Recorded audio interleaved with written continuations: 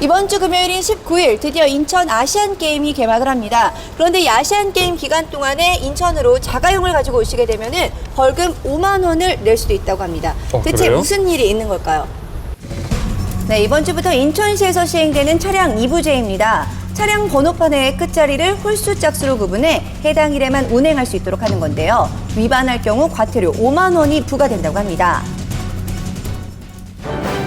아시안게임 기간 동안 교통대란을 해소하기 위해 차량 2부제를 시행하게 됐다는 건데 현재 경기장 주변 교통량은 어떤지 저희 제작진이 직접 확인해봤습니다. 자동차 보유 117만 대의 인천의 도로 상황입니다. 네, 그렇다면 시민들은 차량 2부제에 대해서 얼마나 알고 있을까요? 단속 대상인 거 모르셨어요? 네, 모르지. 저는 지금 처음 듣는 거거든요. 솔직히 모르고 있었던 거예요. 근데 아, 정말 모르셨어요? 뭐 뉴스도 안 나오고 하는데 뭐 어떻게 알 수가 없어. 접할 방법이 없잖아요, 그죠?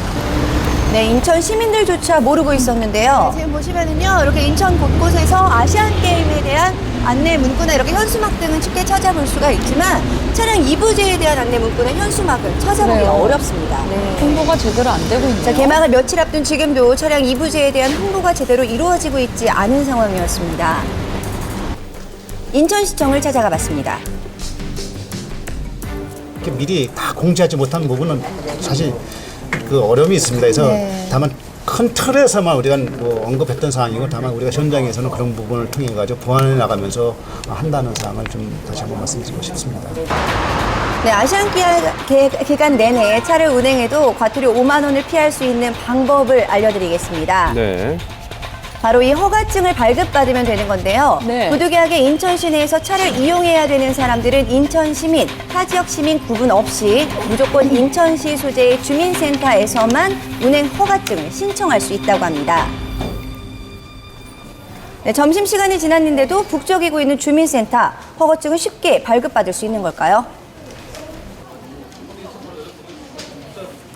그러면은 버스 타고 다닐 수는 없잖아요. 음식 같은 거 다 해서 날리고 하는 건데. 전 그러시면 그냥 대중교통 이용하실 수밖에 방법이 없으세요. 시민들의 협조가 많이 이렇게 필요하겠네요. 신청을 하실 분, 허가증을 받으시려면 이 구두로 이렇게 말씀하시면 안 되고요. 이렇게 증명서가 뭐 있어야 되나? 증명할 수 있는 서류가 있어야 한다고요. 무조건 되는 게 아니에요. 이게 말이 안 되는 거지. 이부제야, 이부제는. 그런데 무슨 뭐 근거 사료를 무조건 떼라고만 하고, 상당히 뭔가 특상 행정식의 조치가 아닌가. 이게 누구를 위한 아시안게임인지 모르겠어요. 굉장히 까다롭네요, 근데. 어떤 부분들이 까다로우세요? 예를 들어서 영업 부분, 영업 자동차 등록증 같은 것도 다 제출해야 되고 굉장히 까다로워요.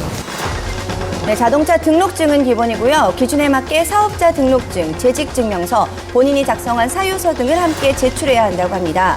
이렇게 차량 2부제를 시행하면 교통대란이 해소될지도 의문인데요.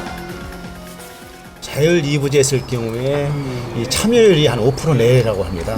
그러다 보니까는 자율적으로 했을 경우에는 참여율이 상당히 저조한 경우가 있다 보니까 좀 더 강제성을 좀 띄었을 경우에는 참여율이 좀 높다.